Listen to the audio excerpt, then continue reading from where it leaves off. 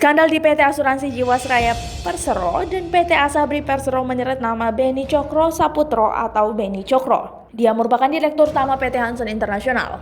Namanya beberapa kali dikaitkan dengan masalah yang saat ini membeli Jiwasraya dan Asabri.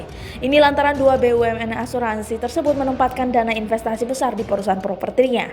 Majalah Forbes tahun lalu memasukkan Beni Cokro dalam daftar 50 orang terkaya di Indonesia tahun 2018. Cucu dari Kason Cokro Saputro, sang pendiri grup usaha batik keris ini berada di urutan ke-43. Forbes menaksir kekayaan pria yang lahir di Surakarta, Jakarta Tengah 15 Mei 1969 ini mencapai 670 juta dolar Amerika Serikat atau sekitar 9,18 triliun rupiah.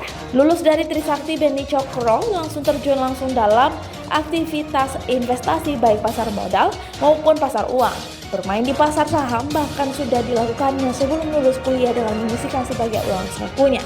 Dikutip dari Bloomberg, selain menjabat sebagai CEO PT Hanson International Tbk, dirinya juga menjabat sebagai direksi di PT Sinergi Mega Internusa dan PT Subah Indah Tbk. Beni Cokro juga didapuk menjadi komisaris utama di PT Armidiana Karya Tama Tbk.